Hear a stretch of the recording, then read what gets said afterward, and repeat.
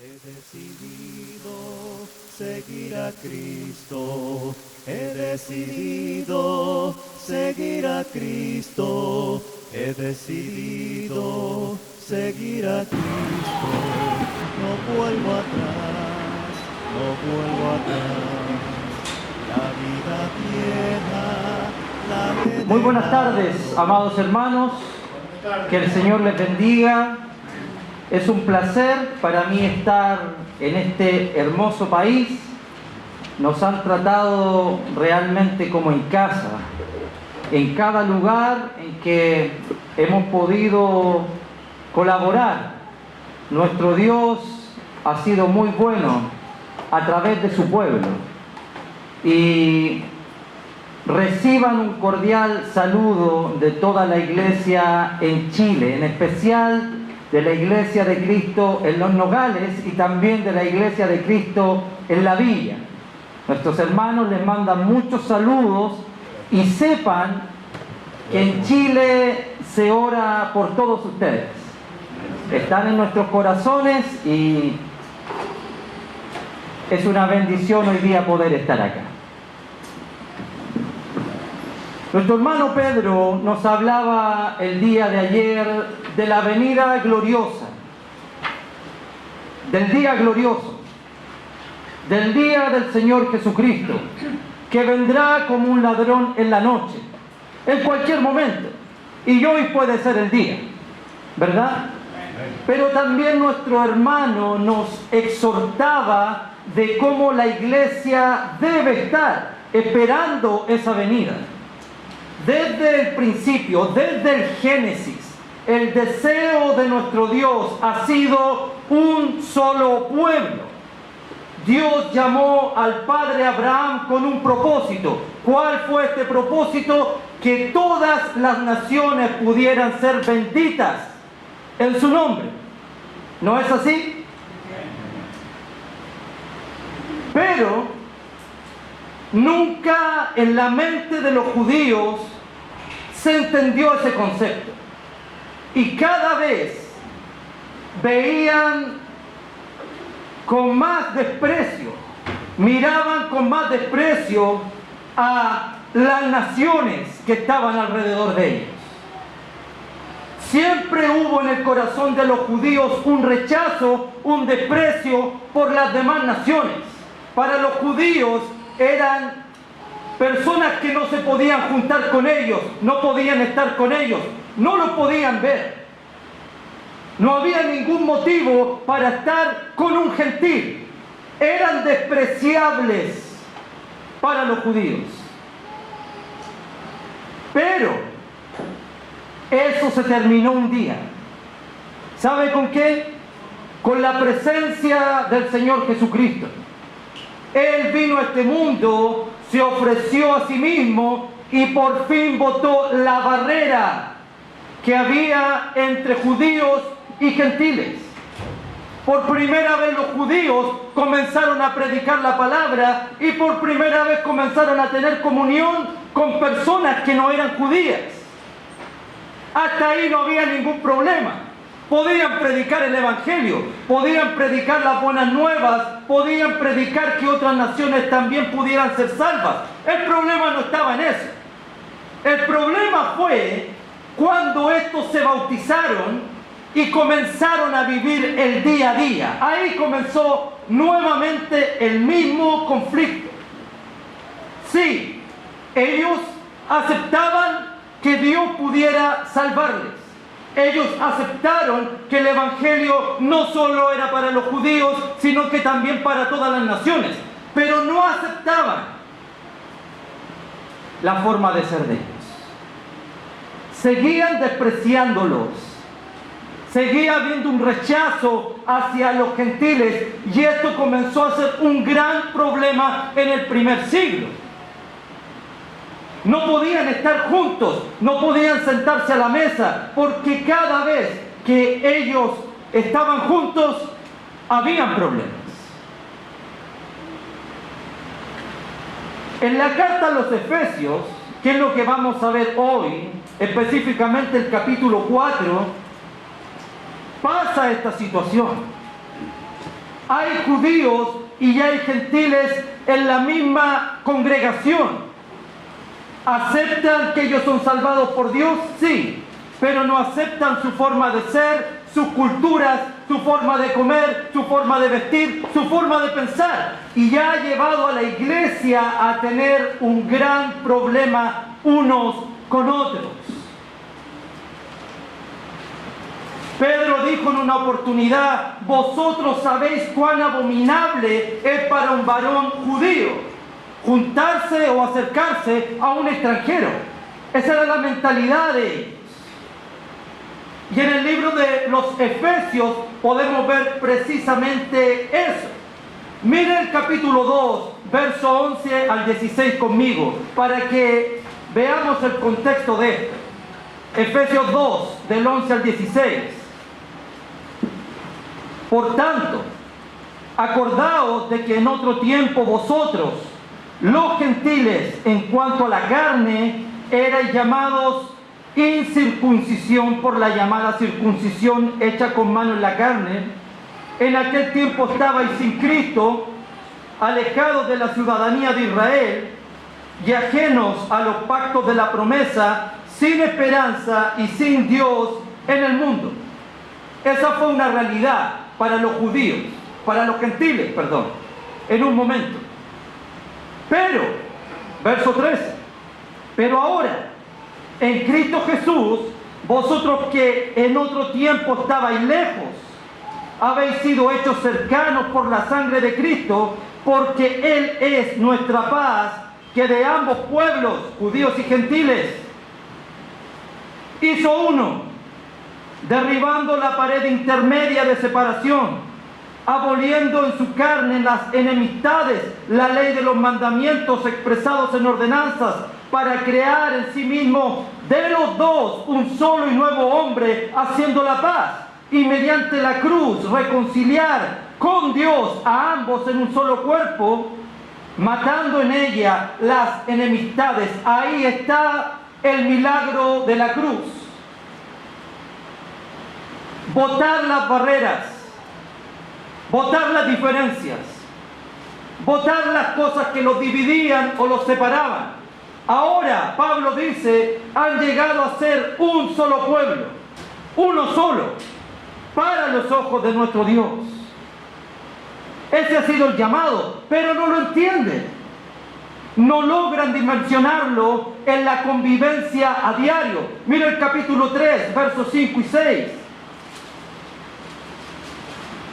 Misterio que en otras generaciones no se dio a conocer a los hijos de los hombres, como ahora es revelado a sus santos apóstoles y profetas por el Espíritu, que los gentiles son coherederos y miembros del mismo cuerpo y copartícipes de la promesa en Cristo Jesús por medio del Evangelio.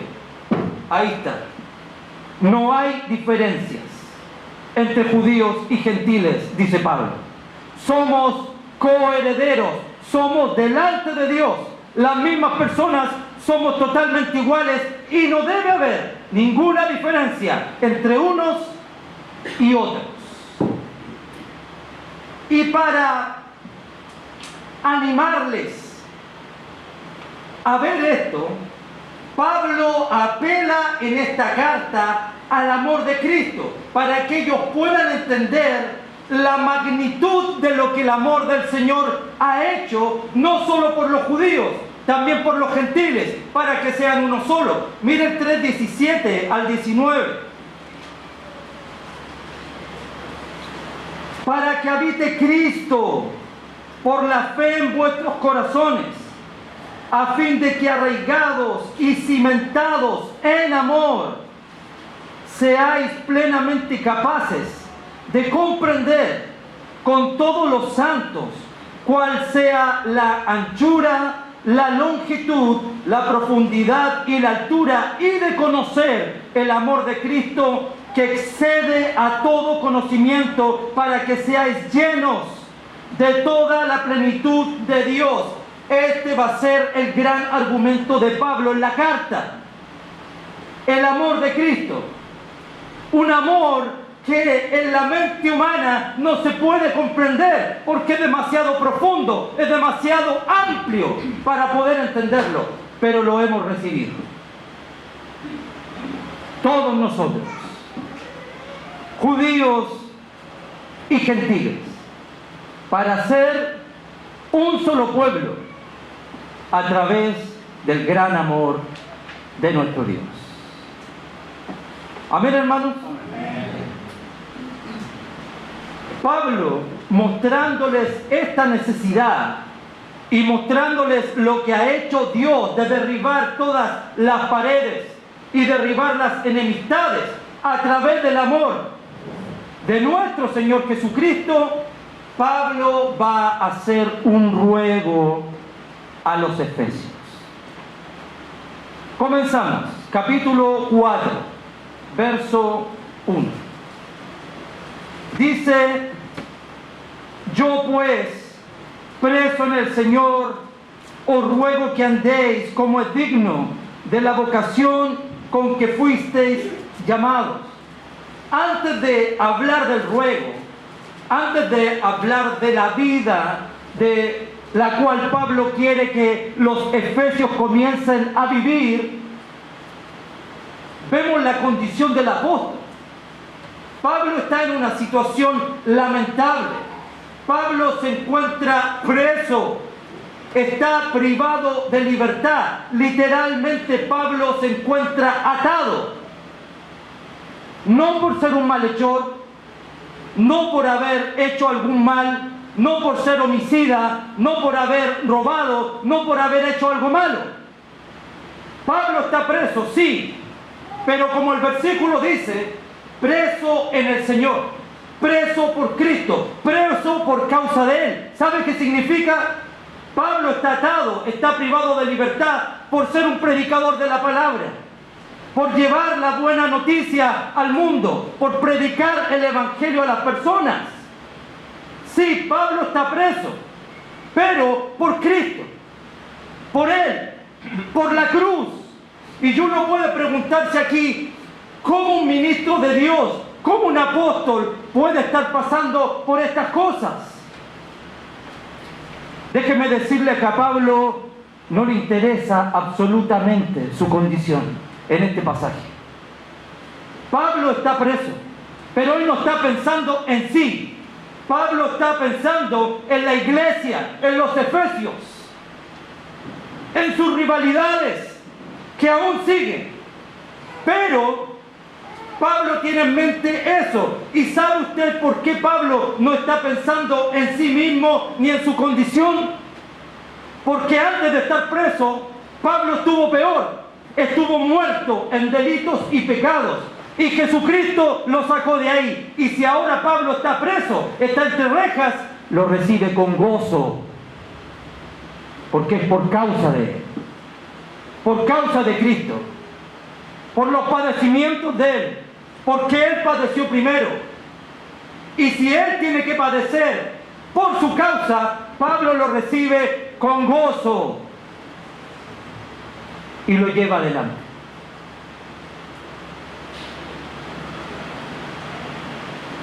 Tengo malas noticias para los predicadores esta noche. Para quienes quieran llevar el evangelio. Para quienes se están preparando para enseñar. Para los líderes, para los pastores. ¿Cuáles son estas noticias? No esperemos recibir felicitaciones. No espere recibir elogios. No espere recibir aplausos. Quienes quieran dedicarse a la iglesia, a predicar la palabra, a servir, a pastorear, van a pasar por cárceles, van a pasar por padecimientos, van a sufrir, porque este es el camino de los que eligen servir al Señor. Este es el pago para aquellos que quieren servir de todo corazón a nuestro Señor Jesucristo. Los que anuncian el Evangelio van a padecer. Ese es el sello de los que quieren salvar almas. Si por casualidad estamos pasando por problemas en la casa de Dios, o nos estamos sintiendo agotados, o nos sentimos sin fuerzas, quiero decirles, ese es el camino de la cruz. Es el camino correcto. En la iglesia se padece, se sufre, porque este es el camino de los hombres de Dios. Y se sigue adelante de esta manera. Pero cuando nos sintamos sin fuerzas, cuando te sientas desvalido, cuando no sepas cómo conducirte, no nos podemos olvidar del gran amor de Cristo que excede a todo conocimiento. Ahí es el momento de abrazar ese amor profundo, ese amor ancho, amplio, que no lo podemos entender. Cuando pasamos por dificultades, es el momento de avanzar, no pensando en mis fuerzas, sino en las fuerzas que Él puede dar a todos sus hijos. Por eso Pablo en este pasaje, a pesar de que está en cadenas, puede estar con gozo delante de su Señor y puede seguir adelante. Y su único objetivo es seguir pensando en la iglesia del Señor. Hermanos, cada lucha, cada problema, cada dificultad, las cárceles,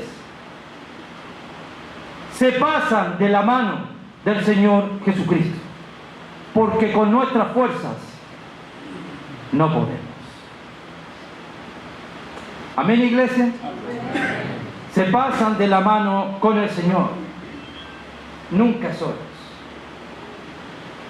Viendo ya la condición de Pablo, ¿cuál es el ruego del apóstol por los efesios?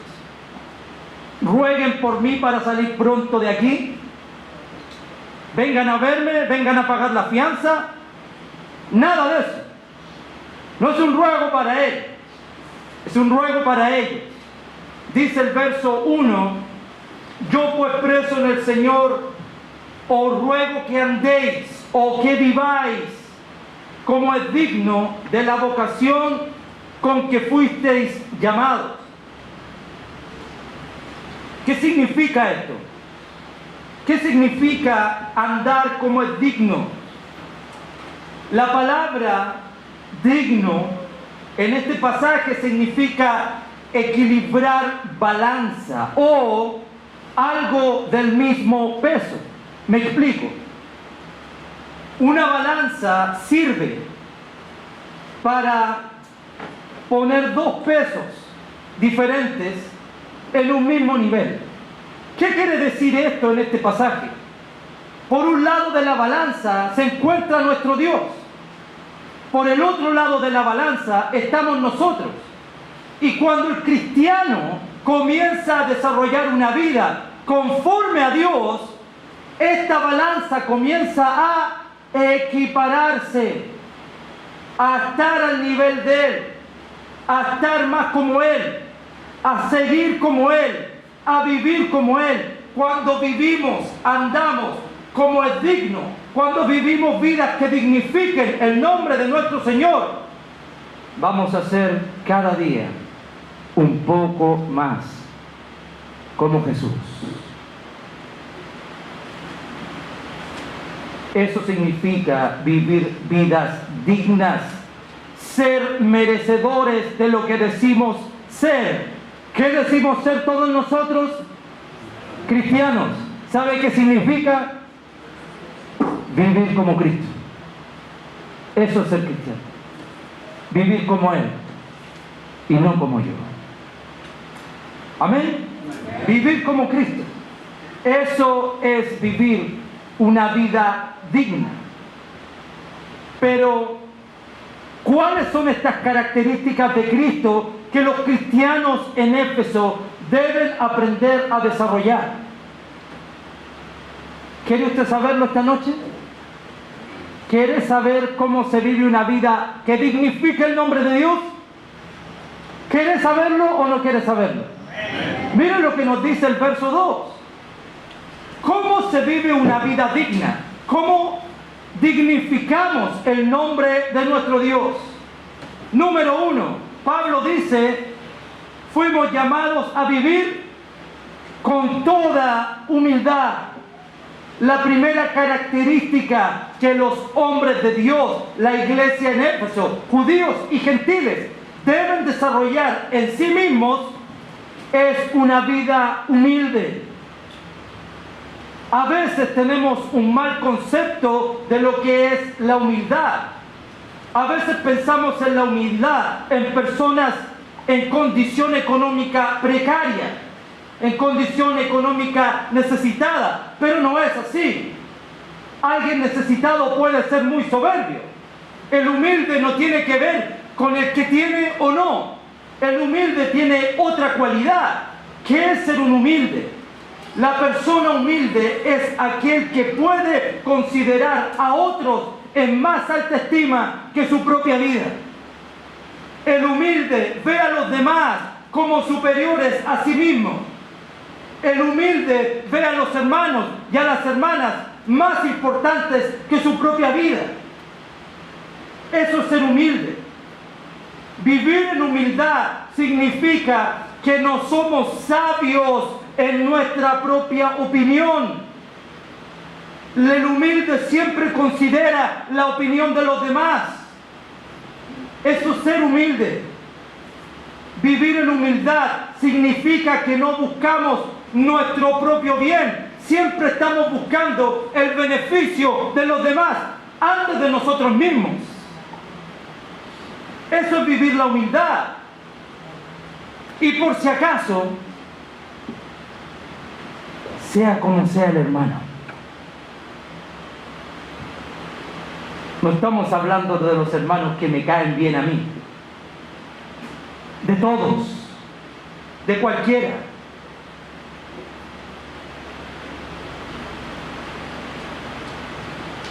Con toda humildad significa ser humildes en todas las situaciones de nuestra vida, en cada cosa, con todos los hermanos, sin excepción de ellos. ¿Sabe por qué? Porque vivir en humildad significa reconocer que nosotros mismos tenemos limitaciones y debilidades. Por si acaso yo tengo muchas limitantes y soy muy débil en muchas cosas. La humildad significa reconocer que nosotros también somos necesitados y somos débiles. ¿Sabe usted por qué a veces no tenemos empatía con algunos hermanos? No somos tan cercanos a ellos. Porque simplemente nos estamos enfocando en los errores de la persona, olvidándonos que nosotros también fallamos.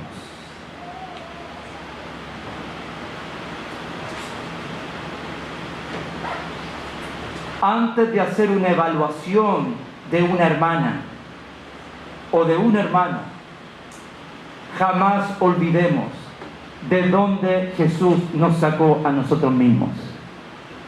Y jamás olvidemos que a diario también tenemos nuestras propias luchas y somos débiles.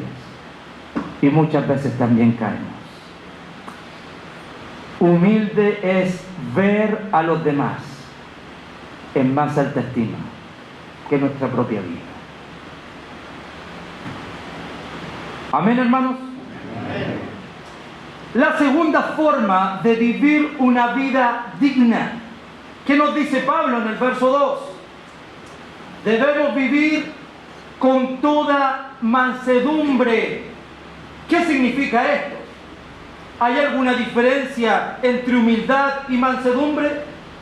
Por supuesto que la hay. La mansedumbre es el trato suave hacia los demás. No solo se trata de ver al hermano en más alta estima, con humildad. También se trata de mi comportamiento hacia él. Un comportamiento amistoso, agradable, cordial, un comportamiento suave hacia mi hermano. Un trato de respeto, un trato de honor, con palabras amigables, con palabras suaves, tratándolos bien, con armonía, a pesar de la actitud de los demás, a pesar de que no sean así conmigo. En la mente de Dios no está el responder hacia los otros como los otros sean conmigo. Da lo mismo como sean conmigo. El punto aquí es cómo voy a ser yo delante de Él. Cómo voy a contestar al llamado del Señor. Cómo voy a mostrar vidas dignas delante de Él. El llamado es a mí y a todos nosotros en esta noche a vivir vidas mansas, con tratos suaves, cordiales, viendo a los demás en más alta estima que nuestra propia vida. Eso significa vivir vidas humildes y mansas. ¿Quieres seguir escuchando? ¿O ya no? Mire la tercera cosa que Pablo nos dice. La tercera manera de andar como es digno. El verso dice, soportando, pero con paciencia. Después vamos a hablar de soportar. Porque el texto dice, con humildad, mansedumbre, con paciencia soportándonos. Con paciencia. ¿Qué es paciencia? ¿Qué significa esto? La palabra paciencia es longanimidad. Nuestro hermano Pedro ayer lo decía en el sermón. Longanimidad, ánimo grande, perseverar en algo y tratar de estirarlo lo mayor posible.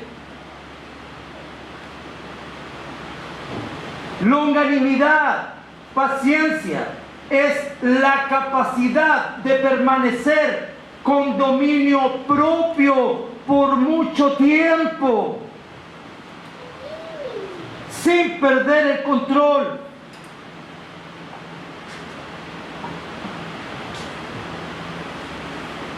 La paciencia prolongada nos va a ayudar a todos a tener mejores relaciones.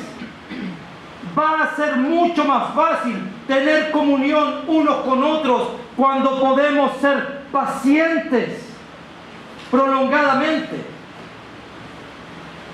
En la práctica, ¿cómo se ve? ¿Qué es la paciencia? En la práctica, ¿saben lo que es? La capacidad de estar al lado de otro, de un hermano, incluso que te ha fallado. Esa es la paciencia. La capacidad de sentarme al lado de un hermano que me ha fallado y sé que probablemente lo siga haciendo. Eso es paciencia. La capacidad de estar con aquel que tuvo un problema, que tuvo una discusión, pero la capacidad de estar al lado de él con paciencia, a pesar de que me falle y a pesar de que me vaya a fallar en el futuro. Esta es la manera de andar dignamente.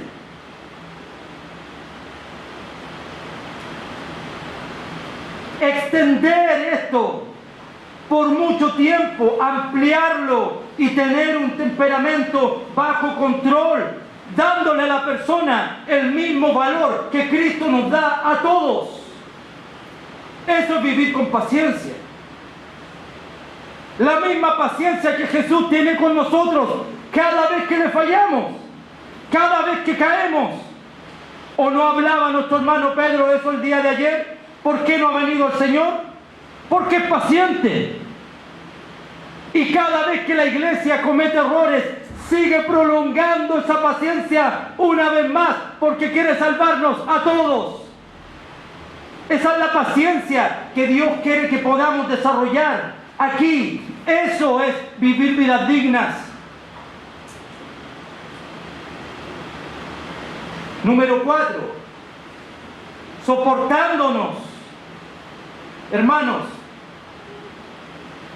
soportándonos viene de la palabra soporte y significa literalmente sostener arriba, cargar encima nuestro.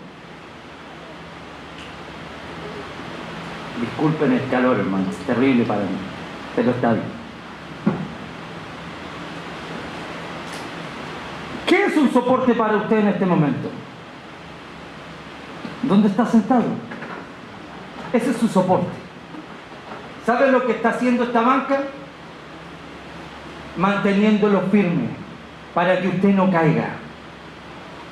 La banca se está llevando el peso, no usted. Nosotros confiamos en la banca, por eso nos sentamos ahí. ¿Qué significa esto en nuestra vida?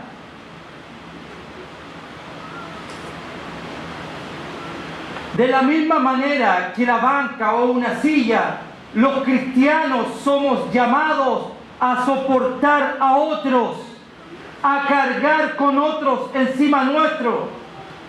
Este trabajo es un trabajo agotador. Es un trabajo de mucha carga, de mucho peso. Es un trabajo que agota. Pero ese es el llamado para los cristianos aquí. Aprender a soportarnos. Muchos hermanos van a seguir adelante porque tú decidiste cargarlo encima tuyo. Muchos no van a caer cuando tú decides cargar a una hermana o cargar a un hermano para que siga adelante. Pero para eso tenemos que desarrollar la paciencia, porque puede ser una persona que no nos caiga muy bien. Y para desarrollar paciencia tenemos que aprender a tratarla de una manera suave y verlos con humildad, más importante que a nosotros. Y no me refiero a tus amigos, a todos. A todas las personas, a todos los hermanos. El valor que Jesús da a la iglesia, ese debe ser el valor que nosotros debemos dar a la iglesia del Señor. Exactamente la misma. Es un trabajo fuerte, duro, agotador. Cuando los cristianos somos intolerantes o sin la capacidad de soportarnos, es cuando vienen las discusiones, es cuando vienen los celos, es cuando vienen los pleitos, es cuando vienen las divisiones, es cuando vienen los problemas en la iglesia del Señor. Cuando no puedo soportarnos, cuando ya no nos podemos ver. El problema es que ya los problemas no son entre judíos y gentiles. Ahora los problemas es entre Pedro y Masaru. ¿Por qué no lo soporto? Es una broma por si acaso. ¿Por qué no lo soporto? O él no me soporta a mí. Ya no es un tema de judíos o gentiles. No es un problema de naciones. Es un problema de actitudes. Que ya no nos podemos ver. O yo ya no puedo ver al hermano Rodolfo, o él no puede ver al hermano Ismael, y así sucesivamente. El problema no es de judíos y gentiles hoy, es un problema de nosotros, de un hermano con otro, una hermana con otra, de una congregación con otra, de un país con otro, chilenos versus mexicanos. Ese es el problema. Ese es el problema que tenemos. Ahora los pleitos o divisiones en la iglesia no son por temas doctrinales. No son por esas cosas. La mayoría de nuestras discusiones, la mayoría de nuestras peleas, la mayoría de no querer soportar al hermano no tiene que ver con temas doctrinales, sino con temas de opinión. Y muchas veces por la incapacidad de poder soportarnos los unos a los otros. Nos cuesta cargar con el peso de los demás. Y mucho menos de aquel hermano que no puedo ver ni soportar.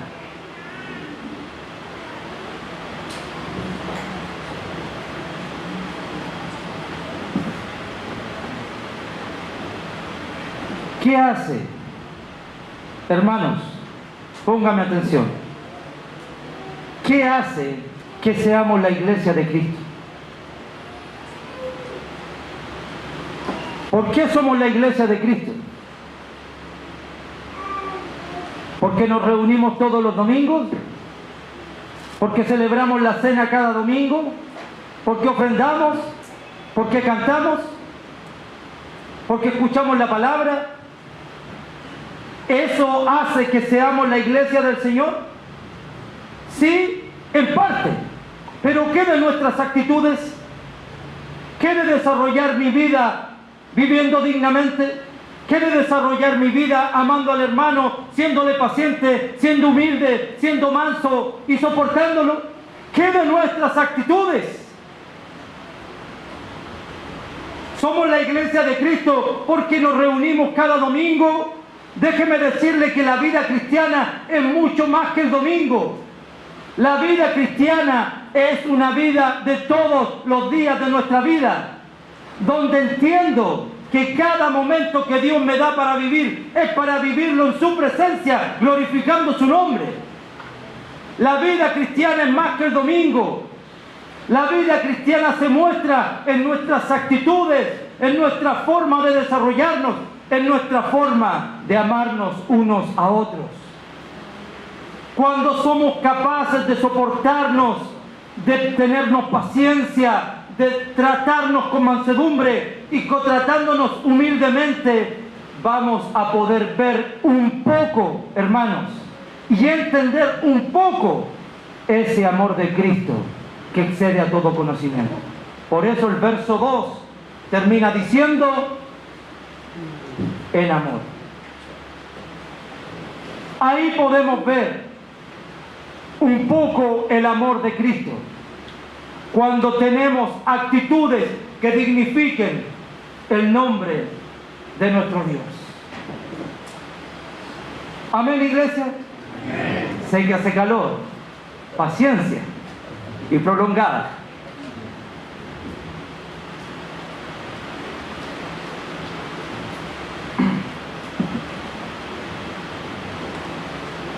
¿Cómo yo desarrollo el amor por un hermano en esto que hemos visto?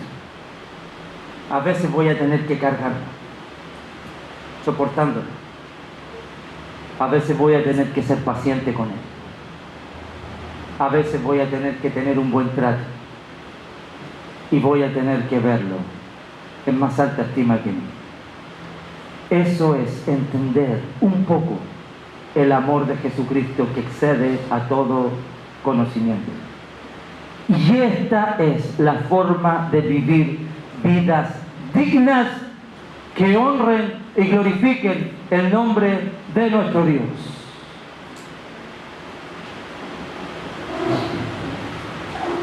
Nunca se olvide lo paciente que es Dios con nosotros y cuánto nos ha tenido que soportar. Amén. Amén. Versículo 3. Solícitos en guardar la unidad del Espíritu en el vínculo de la paz. Solícitos en guardar la unidad del Espíritu en el vínculo de la paz. Se lo digo en palabras simples. Si usted tiene el Espíritu y yo tengo el Espíritu, debemos estar juntos. Eso es todo. Si usted tiene el Espíritu de Dios y yo tengo el Espíritu de Dios, ¿qué debemos hacer?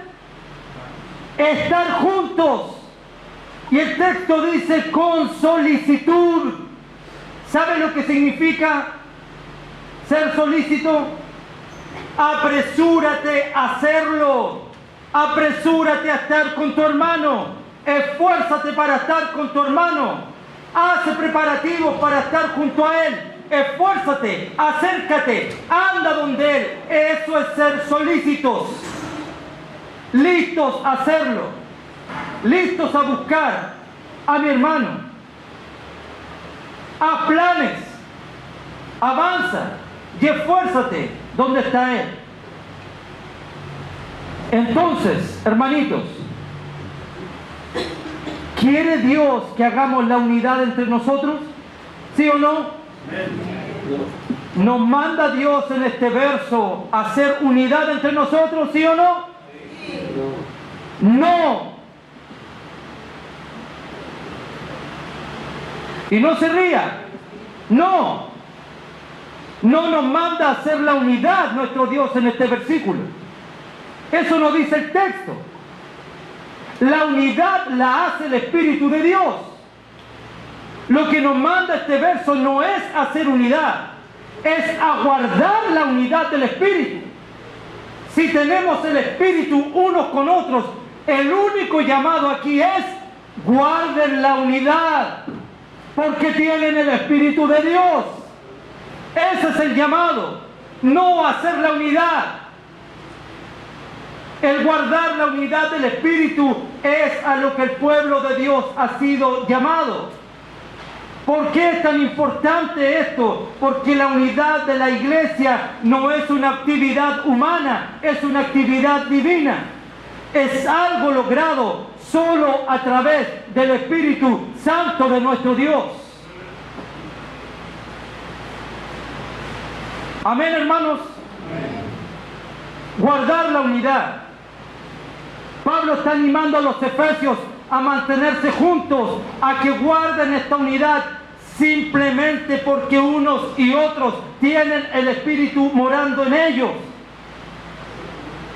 Hoy Dios nos está exhortando a todos nosotros a lo mismo. Si la iglesia en México tiene el Espíritu de Dios, lo normal o el llamado de Dios para nosotros en esta noche: guarden la unidad, estén juntos. ¿Y sabe cómo? Con solicitud, con prontitud, con el deseo. Vaya y busque al hermano, no espere que él venga a usted. Yo voy a hacer los preparativos para ir donde él. Eso es ser solícito para guardar la unidad del Espíritu.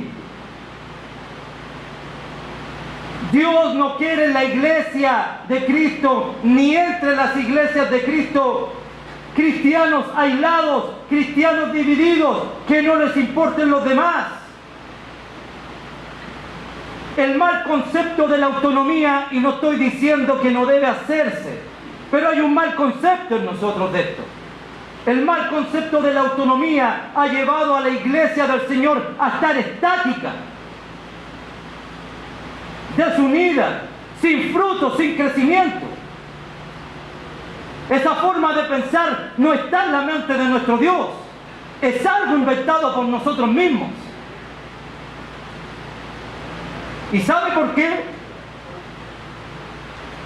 Por nuestras incapacidades de perdonarnos y soportarnos.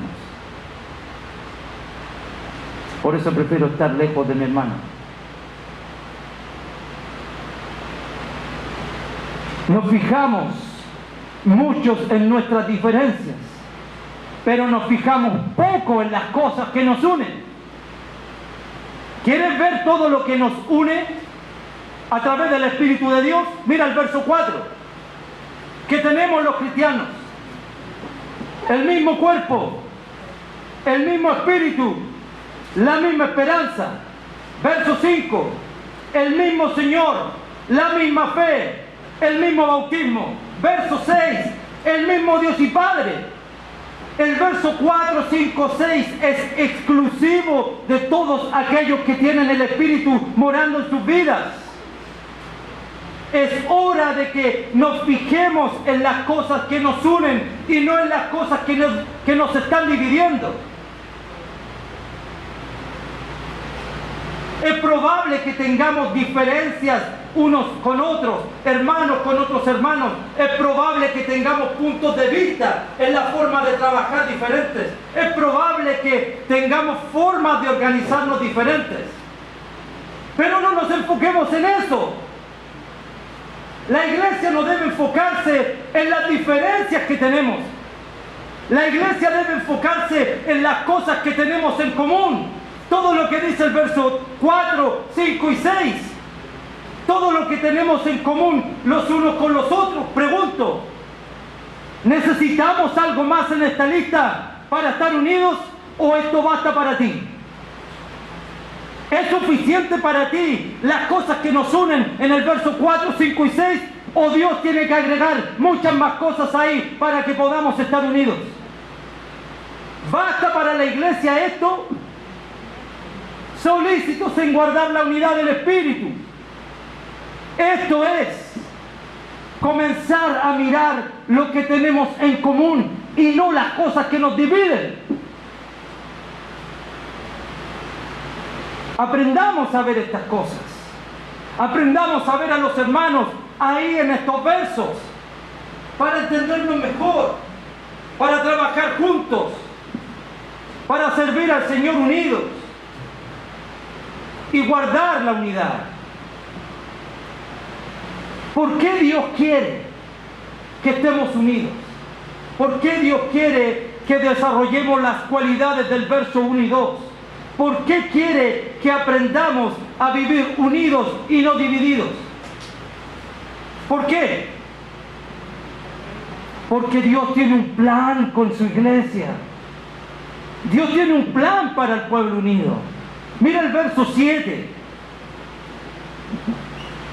Pero a cada uno de nosotros, gentiles, judíos, chilenos, mexicanos, congregaciones, otras congregaciones, todos, pero a cada uno de nosotros fue dada la gracia conforme a la medida del don de Cristo. Otra traducción dice esto: pero a cada uno de nosotros ha recibido los dones que Cristo le ha querido dar. Lo que enseña este versículo en relación con la unidad es que cada uno ha recibido la gracia de Dios, pero esta gracia es manifestada aquí a través del don o los dones que hemos recibido con el único propósito de trabajarlo o ponerlo a disposición del cuerpo de Cristo. Cada uno de nosotros ha recibido un don en la medida en que Cristo ha querido otorgarla. Yo he recibido una medida de Cristo, usted ha recibido otra medida de Cristo. Para que todos juntos podamos poner nuestra medida a disposición de la iglesia del Señor.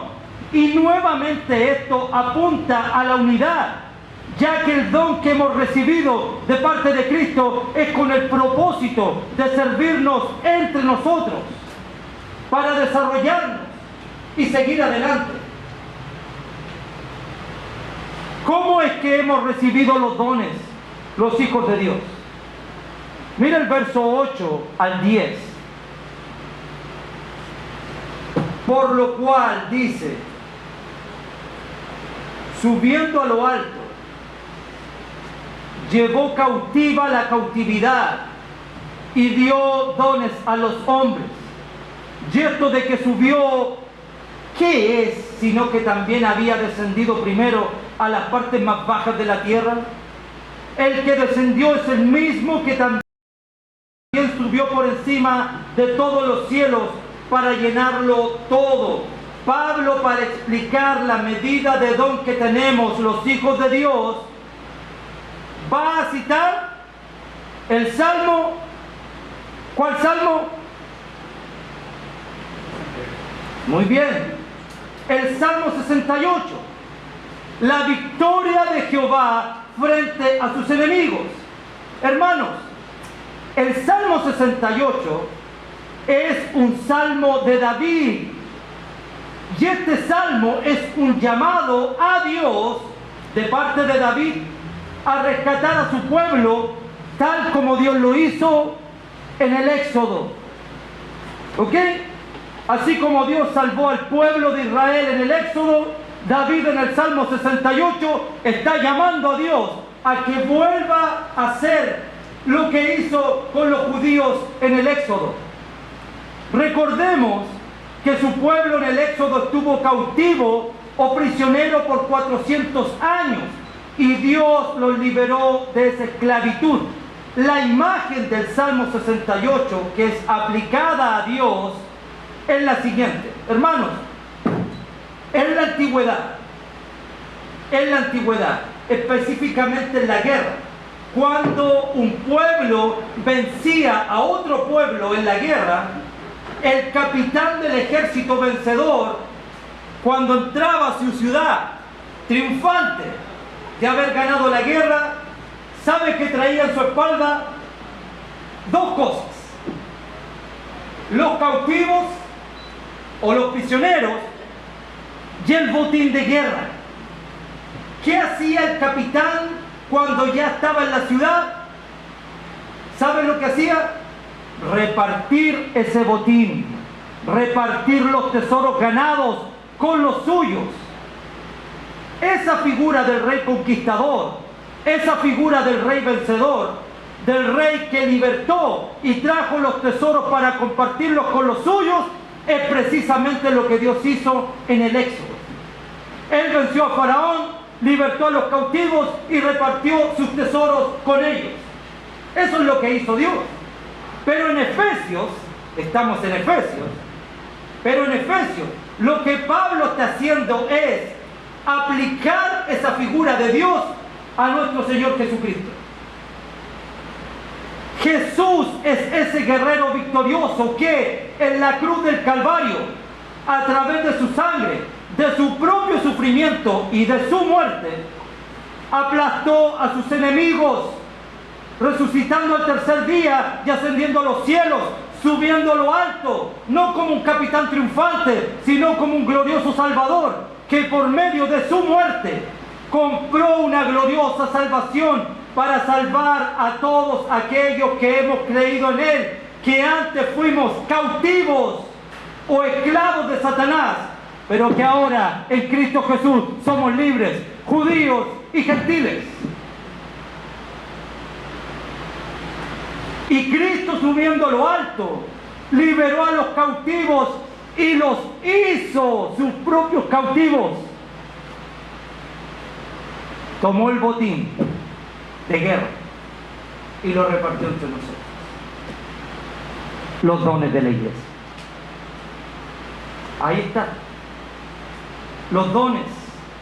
Es decir, que ahora nosotros, los que fuimos sus enemigos, somos sus siervos voluntariamente cuando respondimos al llamado que Él nos hizo y nos dio un regalo, los dones, para ponerlos a disposición de todos los salvados.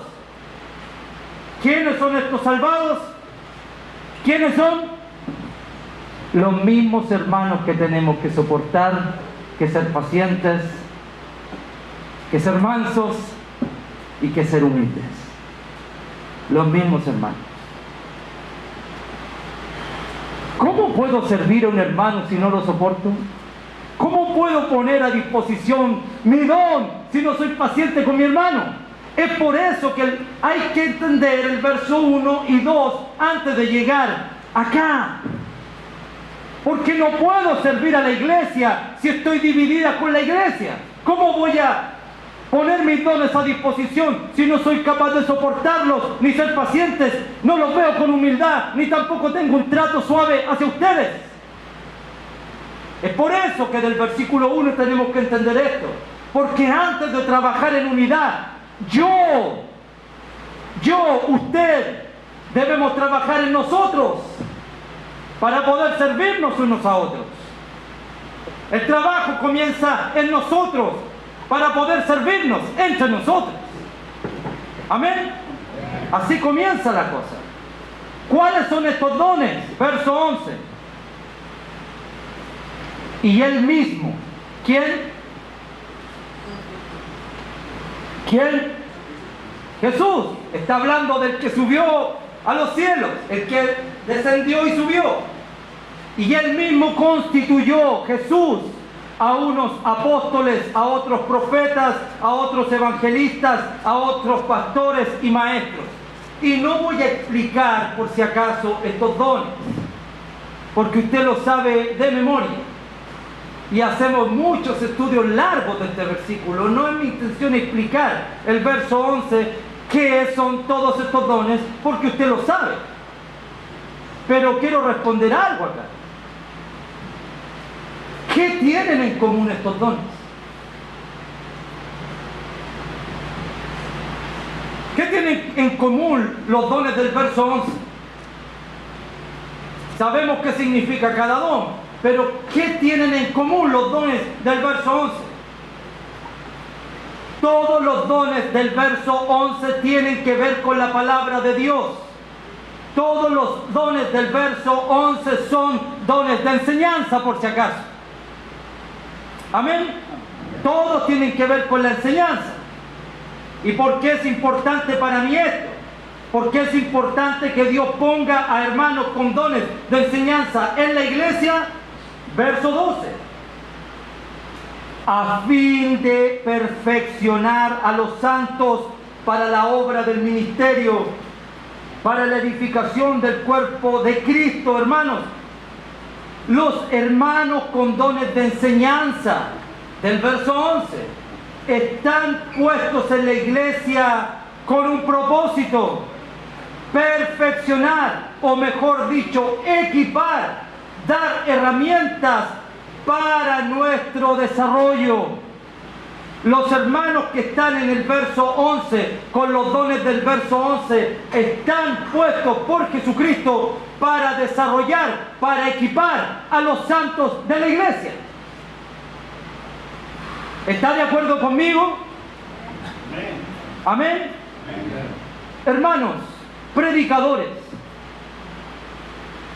por eso es importante el estudio de la palabra de Dios.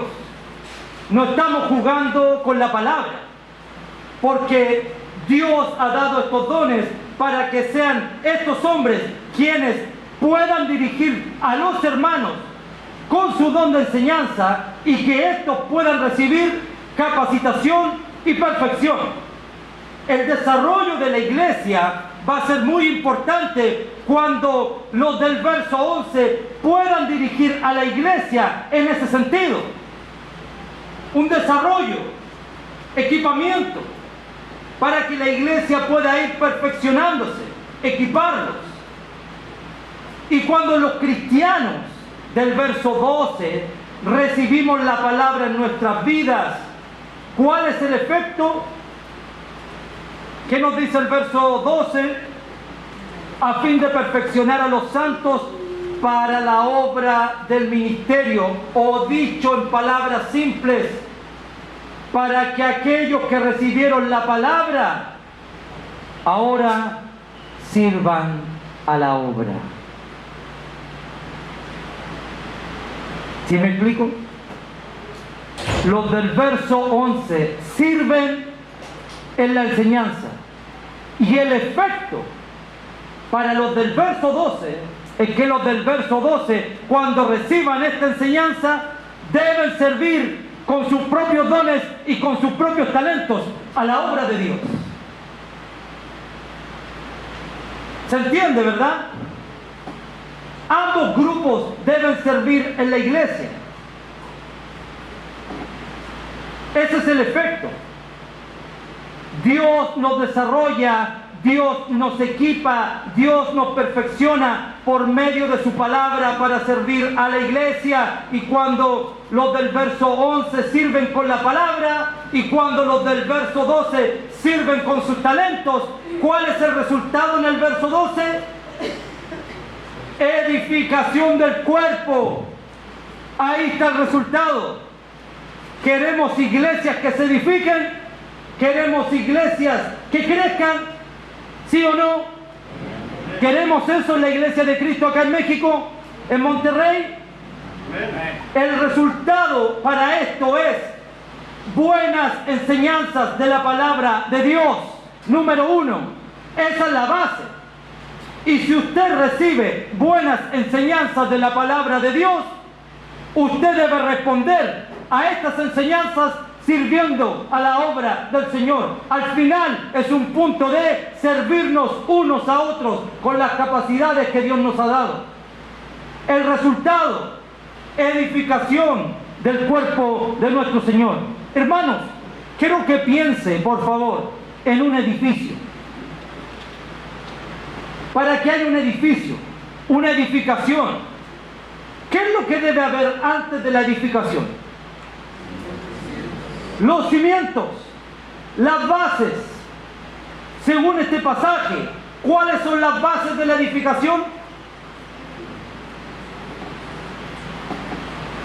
¿Cuáles? Los del verso 11, los que ponen la palabra. Ellos van a poner las bases. Ellos van a poner las bases en la iglesia. Pero cuando la iglesia responde a esto, comienza esto: edificación. La iglesia empieza a crecer. La iglesia comienza a subir. Comienza el edificio a crecer. ¿Sabe qué significa esto? Es imposible que la iglesia de Cristo crezca sin el trabajo de todos nosotros. No se puede. Es un trabajo mutuo, recíproco. Yo recibo y ahora doy. El predicador recibe de Dios y tiene que dar. Y los hermanos que reciben la palabra tienen que dar, con sus dones, con sus capacidades, con sus talentos. Y ahí empieza la edificación del cuerpo. No puede haber edificación sin las bases de la palabra. Por eso es importante ver la palabra de Dios con el valor que debemos verla. No es algo superficial. A la palabra de Dios hay que dedicarle tiempo, estudio, oración, deseo, ganas. Hay que pasar tiempo en ella, porque lo que queremos hacer es edificar la iglesia, poner las bases sólidas. Y cuando esto se toma en serio, la iglesia se toma en serio, su participación y el cuerpo de Cristo crece y nos vamos edificando todos, unos y otros, creciendo en la palabra de Dios y con sus talentos y dones. Así se crece en la iglesia.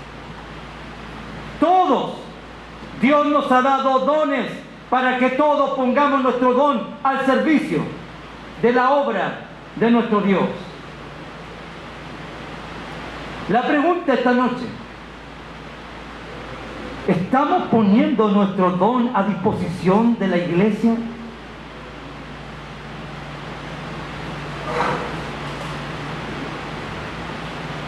¿Es el deseo de los hermanos levantarse con el deseo de predicar la palabra para poner las bases en la iglesia del Señor? Los que reciben la palabra quieren servir a la obra de Cristo con sus talentos, con sus capacidades. ¿Te importa el desarrollo del pueblo de Dios? ¿Es importante para ti la edificación del cuerpo de Cristo? Sin la palabra, el edificio se cae. Pero sin tus talentos, el edificio no crece. Ambos a disposición de la obra del Señor. Si seguimos este patrón, tal como el Señor nos está diciendo en esta noche, ¿sabe cuál es el resultado? Verso 13. Hasta que todos lleguemos a la unidad de la fe y del conocimiento del Hijo de Dios, a un varón perfecto, a la medida de la estatura de la plenitud de Cristo.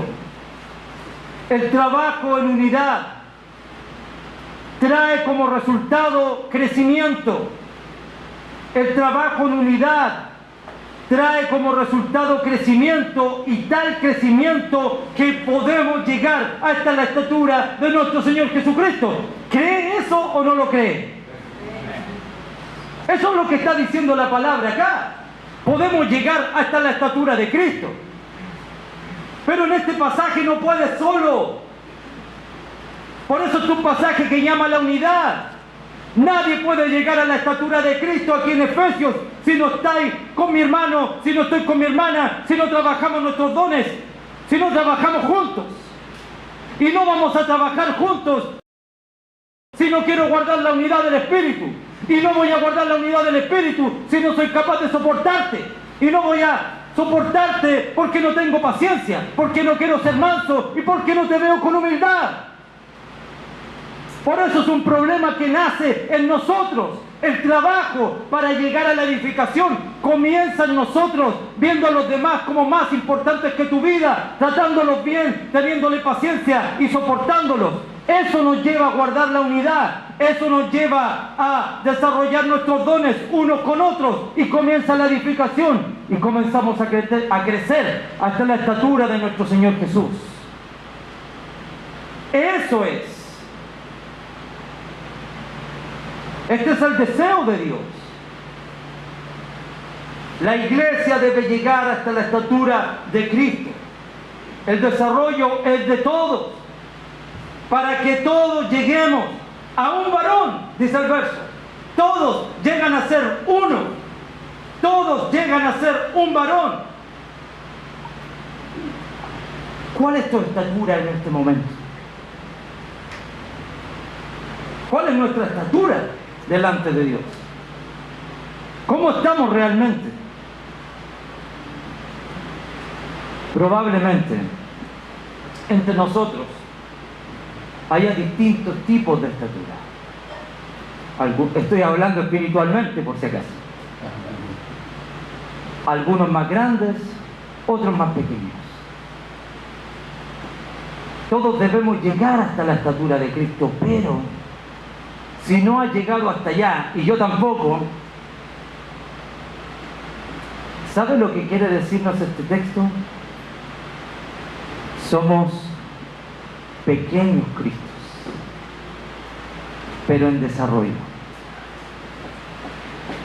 Necesitamos crecer hasta su estatura, pero somos pequeños Cristos en desarrollo hasta llegar a ser como Él.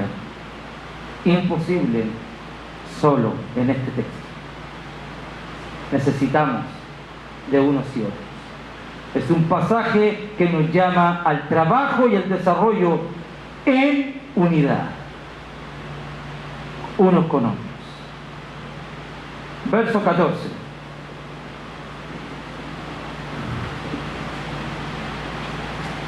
Para que ya no seamos niños fluctuantes, llevados por doquiera de todo viento de doctrina, por estratagema de hombres que para engañar emplean con astucia las artimañas del error.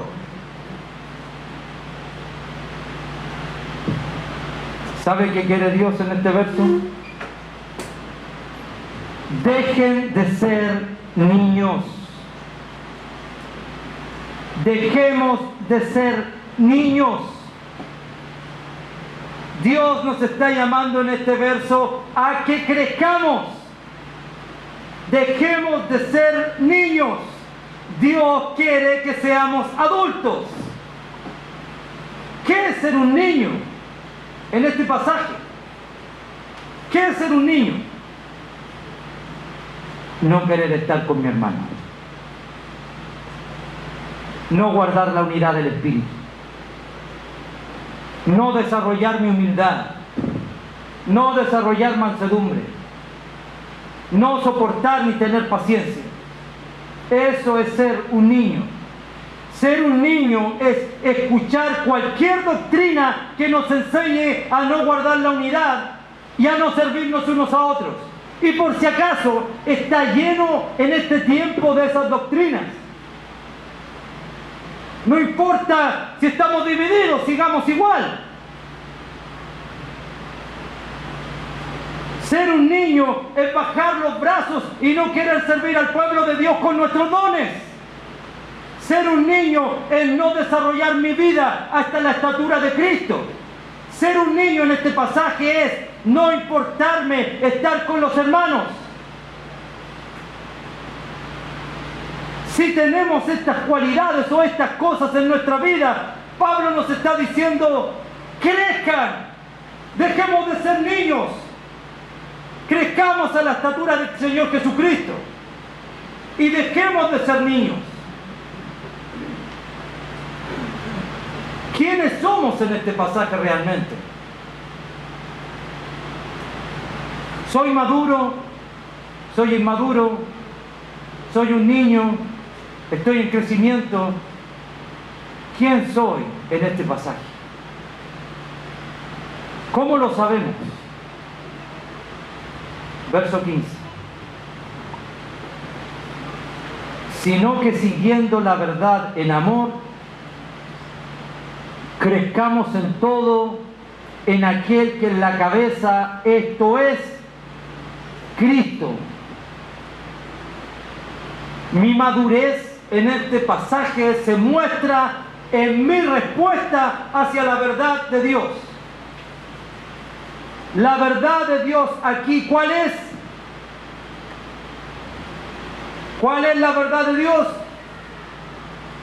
El llamado a guardar la unidad del Espíritu. Si no estoy dispuesto a seguir la verdad de Dios guardando la unidad, Pablo está diciendo, seguimos siendo niños. Pero quienes estén dispuestos a hacerlo, han pasado de la niñez al crecimiento en Cristo Jesús. ¿Y cuando se logra esto? ¿Cuál es el resultado? Verso 16. De quien todo el cuerpo bien concertado y unido entre sí por las coyunturas que se ayudan mutuamente según la actividad propia de cada miembro, recibe su crecimiento para ir edificándose en amor. Hermanos, hermanas, cuando decidimos crecer, cuando decidimos seguir la verdad del Señor, cuando decido guardar la unidad del Espíritu, el cuerpo de Cristo comienza a componerse, a desarrollarse, a crecer. El cuerpo de Cristo comienza a desarrollarse, a estar concertado. ¿Sabe cuál es la idea? Un Lego. De hecho, la palabra es Lego en este pasaje. Un Lego. Muchas piezas se unen para formar una sola pieza. Concertados, unidos entre sí, y comienza el desarrollo. Y cuando esta pieza única se empieza a servir con sus dones, con sus capacidades, unos con otros, el resultado de la iglesia, edificación, y vamos comprendiendo cada día un poco más ese amor de Cristo que excede a todo conocimiento humano.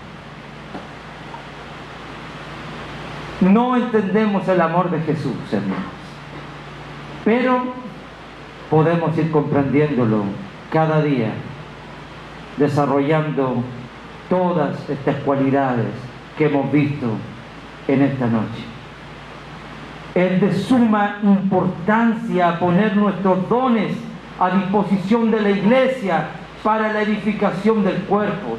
Pero el llamado en esta noche, Iglesia de Cristo, crezcamos juntos. No nos mantengamos como niños, crezcamos. Dejemos de ser niños. No necesitamos unos a otros. No podemos aislarnos unos de otros porque nos necesitamos para la edificación del cuerpo de su iglesia. Comencemos a vernos con el valor con que Jesús nos ve. Comencemos a darnos el valor los unos con otros, el mismo valor que tenemos para nuestro Señor, capaz de dar su propia vida por nosotros. Ese es el valor de Cristo por su iglesia. No tenemos el derecho de menospreciarnos los unos a los otros. No lo tenemos. Pero sí debemos desarrollar humildad, mansedumbre, paciencia, soportarnos, amor. Guardemos la unidad del Espíritu simplemente porque tenemos el Espíritu de Dios. Comencemos a mirar las cosas que tenemos en común y no las diferencias que tenemos. y comencemos a ponernos entre nosotros nuestros dones a disposición, ya sean de enseñanza o ya sean de la capacidad que Dios te ha dado. Es necesario tu trabajo en la iglesia y es necesario que guardemos la unidad. Eso es seguir la verdad en este pasaje. ¿Qué verdad quieres seguir esta noche? ¿Tu verdad o la verdad de Dios? ¿Vas a guardar la unidad o no la vas a guardar? El llamado es: crezcamos porque somos importantes para el desarrollo de la iglesia. Busquemos la unidad.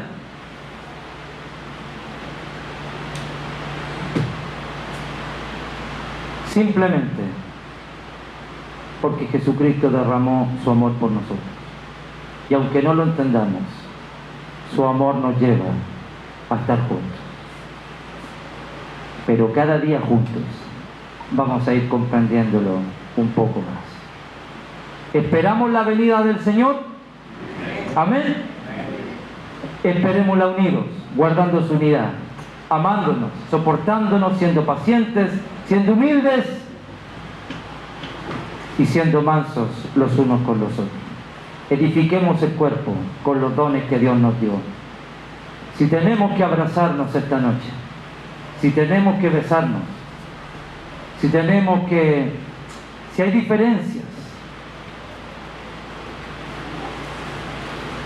es tiempo de abrazarnos, perdonarnos y amarnos. Ese es el camino de Cristo. Y a eso nos llama nuestro Dios. Amados hermanos, gracias por su paciencia. Sé que ha sido un momento agotador por el calor, pero Dios nos puede bendecir grandemente en esta noche con su palabra. Que el Señor les bendiga. Amén. Y gracias por la oportunidad. La vida vieja la he dejado, no vuelvo atrás, no vuelvo atrás. El